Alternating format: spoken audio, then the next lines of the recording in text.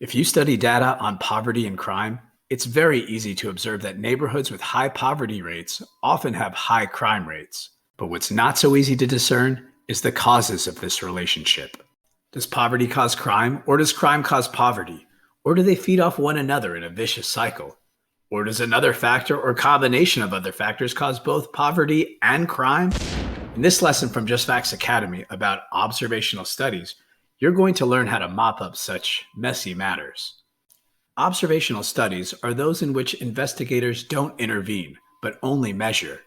In other words, these are studies of things in the wild, whether they be people, grasshoppers, economies, or climates. This differs from lab studies, which are conducted in controlled environments. It also differs from gold standard randomized control trials, where investigators randomly assign treatments or placebos to the subjects of the studies. Observational studies are widely published by academic journals and often amplified by the media, but they have a major weakness. They can seldom measure what people really want to know: causes and effects. That's because observing variables like crime and poverty in uncontrolled settings can only reveal associations. And in the words of an academic textbook about analyzing data, association is not the same as causation. This issue is a persistent problem in empirical analysis in the social sciences. Because we so often confuse association and causation, it is extremely easy to be convinced that a tight relationship between two variables means that one is causing the other. This is simply not true. This fact is commonly taught in high schools, and knowing it can prevent you from being duped. Yet it is often ignored by commentators, journalists, government agencies, business people, and even PhD scholars who should certainly know better. Let's look at a real-world case. In 2014, an academic journal published an observational study of opioid overdose deaths in states that had legalized medical marijuana and those that had not. It found that opioid deaths rose in both types of states, but rose more slowly in states that had legalized cannabis for medical purposes. Deep within their paper, the authors of the study warned that it only measures associations and cannot prove causation. Of course, that didn't stop weed activists, journalists, and even scholars from touting the study as evidence that medical marijuana reduces opioid deaths. Highlighting the folly of this cause and effect claim based on an observational study, another academic journal published a study in 2019 that extended the time frame of the original study by 7 years. And do you know what it found? The exact opposite result. Opioid overdose deaths rose more quickly in states that had legalized medical marijuana. In this case, however, the authors of the study did the right thing and made it crystal clear that the study merely showed an observed association that is likely spurious and is probably caused by unmeasured variables. Underline that phrase, unmeasured variables, because it's a core weakness of observational studies. See, no matter how many variables an observational study measures, there's usually a great risk that unmeasured variables affected the outcome. In the case of cannabis legalization and opioid death studies, the unmeasured variables include socioeconomic factors and government policies specified by the authors, and countless others they didn't mention. To address the challenge of unmeasured variables, people who conduct observational studies often measure multiple variables and use a statistical technique called regression to control for them. For instance, an observational study of a drug taken by heart failure patients used a regression to control for their ages, races, incomes, education levels, and reams of factors related to their health. Even so, it's generally impossible to rule out the possibility that other variables are at play.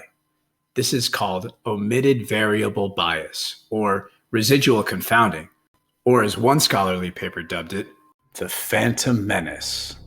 This menace is so ubiquitous that it even haunts animal observational studies that were rigorously controlled and executed beyond what is achieved in studies of humans. In the words of 10 scholars who conducted these studies, observational studies alone, no matter how well done, cannot support conclusions of causation, especially when it comes to nutrition research. And an Oxford University Press textbook on criminology says virtually the same thing about crime research, as does a paper about violence against women. And the authors of a paper in the European Heart Journal came to the same conclusion after comparing the results of 119 studies of drugs taken by people suffering from heart failure. Get the picture? This is a universal principle. And on top of omitted variable bias, there's also the problem of included variable bias, where the authors of observational studies control for variables in ways that obscure the realities that they claim to measure. This is like trying to study the frequency of rainfall and then controlling for wet sidewalks. The ultimate effect is to hide vital information from anyone who doesn't dig into the study. See the footnotes of this video's transcript for some crafty examples of this. It gets worse because observational studies often use statistical methods that are highly subjective. Nothing drives this point home like a study of 29 teams of analysts who were given the very same dataset to answer a social science question. Using regressions and other statistical strategies, these 29 teams produced a vast range of point estimates and margins of error. In the words of the study's authors, researchers often have little appreciation for the fact that the results may depend on the chosen analytic strategy, which itself is imbued with theory, assumptions, and choice points. The authors also note that the peer review process and post-publication critiques rarely fix these problems, contrary to the mantra that science is self-correcting. So, should we just throw out all observational studies? That would be an epic mistake, because they can illuminate paths for future research, rule out theories, and estimate effects if the evidence is overwhelming. Bottom line, we need to use them, not abuse them. Here's how we do that. 1. Never forget that observational studies can rarely determine causes or effects, despite what many politicians, journalists, activists, and scholars will tell you. This applies regardless of how many observational studies come to the same conclusion. Per the medical textbook Principles and Practice of Clinical Research, while consistency in the findings of a large number of observational studies can lead to the belief that associations are causal, this belief is a fallacy. 2. Don't be fooled into thinking that observational studies with lots of control variables must be accurate. Even if a study controls for hundreds of variables, there are others it likely missed. 3. Be on the lookout for included variable bias, or where authors of observational studies control for variables in ways that conceal what their studies purport to measure. 4. Be aware that an observational study is hopelessly confounded when an association seemingly appears before an intervention has time to take effect. Like, for example, a vaccine that appears to prevent long COVID before it even has a chance to prevent COVID. 5. Know that there's a good possibility an observational study has identified a cause if it finds a dose-dependent relationship. The association between smoking and lung cancer is a prime example. The more cigarettes people smoke, the more they get lung cancer. But even so, observational studies can't accurately quantify the harms of smoking because of omitted variable bias. 6. Watch out for reverse causation. Again, observational studies can't prove whether crime causes poverty or poverty causes crime, or other factors cause them both. And 7. Don't take any of this to absurd extremes.